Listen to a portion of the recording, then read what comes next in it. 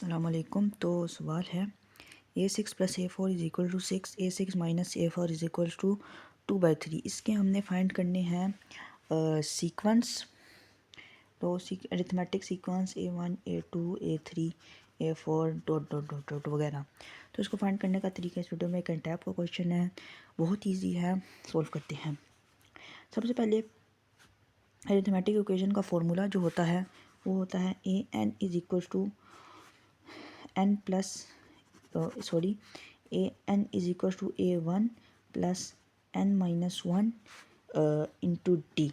ये फार्मूला होता है। इसकी मदद से हम पहले a6 और a4 को फाइंड करेंगे। तो a6 इधर डालेंगे = a1 हमें पता नहीं है, प्लस n6 फाइंड करने हैं तो 6 डलेगा इधर, -1 और डी। a6 = a1 + 6 - 1 5 D. ये हमारे पास इक्वेशन नंबर 1 आ गई। सही है। अब सेम हम इसको 4 के साथ करेंगे।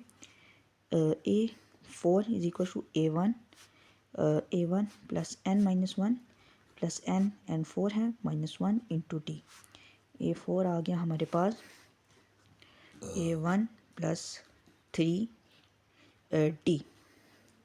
इसको लिख लेते हैं सही तरीके से। a4 = a1 + 3 D. ये हमारे पास आ गई दूसरी इक्वेशन आ गई।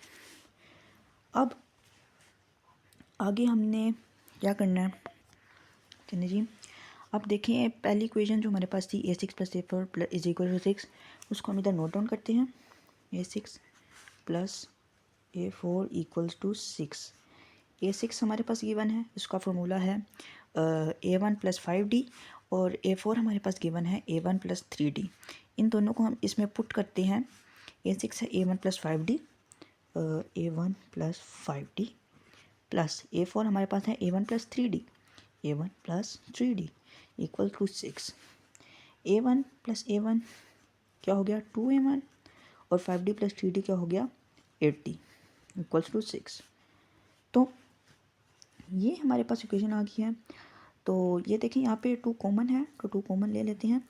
a1 + 4d = 6। ये 2 उधर जाके मल्टीप्लाई हो रहा है इधर से, तो इधर जाके डिवाइड हो जाएगा।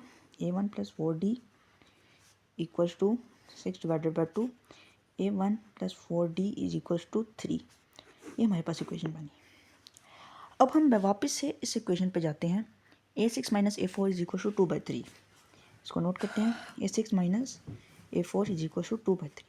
इसके अंदर a6 और a4 की वैल्यू डालते हैं, जो है a1 + 5d a6 की वैल्यू, और a4 की वैल्यू है a1 + 3d। a6 की वैल्यू पुट करते हैं a1 + 5d। a6 की वैल्यू है हमारे पास a1 + 5d, तो इधर पुट करते हैं a6 = a1 + 5d माइनस है तो ब्रैकेट पुट करते हैं a1 + 3d, a1 + 3d = 2/3। अब a1 + 5d ब्रैकेट को ओपन करते हैं, -a1 - 3d = 2/3। सही हो गया। a1 से कैंसिल हो गया, प्लस a1 और -a1, 5d - 3 क्या हो गया 2d। 2d = 2 / 3 3। अब बेटा 2 मल्टीप्लाई हो रहा है तो उधर जाके डिवाइड हो जाएगा। d = 2 / 3 मल्टीप्लाई बाय 2, 2 से कैंसिल, पीछे बचा d = 1/3। अब ये हमारे पास d आ गई है। अब हम इसको अपनी इस वाली इक्वेशन में पुट करेंगे ताकि हमें a1 मिल जाए। a1 + 4 इंटू d हमारे पास था 1/3, तो 1/3 इसके अंदर पुट करते हैं। 1 / 3 = 3। सही होगा। अब देखें 3 इधर डिवाइड हो रहा है, उधर जाके मल्टीप्लाई हो जाएगा, तो ये हो जाएगा a1 + 4 = 3 इंटू 3, a1 + 4 = 9। सही हो गया। तो a1 = 9 - 4 हो जाएगा, और a1 की वैल्यू आ जाएगी 5। सही हो गया। अब देखिए हमारे पास a1 भी गिवन है, वहाँ पर d भी गिवन है। तो हम अरिथमेटिक सीक्वेंस का जो फार्मूला है an = a1 + n - 1 into D, इसकी मदद से हम A1 फाइंड कर सकते हैं। A1 हमारे पास पहले का गिवन है, सीक्वेंस का पहला नंबर, तो A2 फाइंड करते हैं इसमें। A2 is equals to A1 क्या है हमारे पास 5 है, 5 प्लस n दूसरा वैल्यू फाइंड करने हैं, दूसरा नंबर तो 2 माइनस 1 D हमारे पास अभी फाइंड किया 1 divided by 3। A2 is equal to 5 plus 2 minus 1 क्या होता है 1, 1 divided by 3। A2 is equal to 5 plus 1 divided by 3।